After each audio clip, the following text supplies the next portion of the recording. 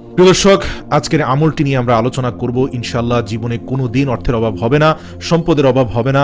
আল্লাহ রাব্বুল আলামিনের কাছে চাইবেন, ইনশাআল্লাহ এই দোয়ার বরকতে আল্লাহ আপনার চাওয়া পাওয়া পূরণ করবেন ইনশাআল্লাহ।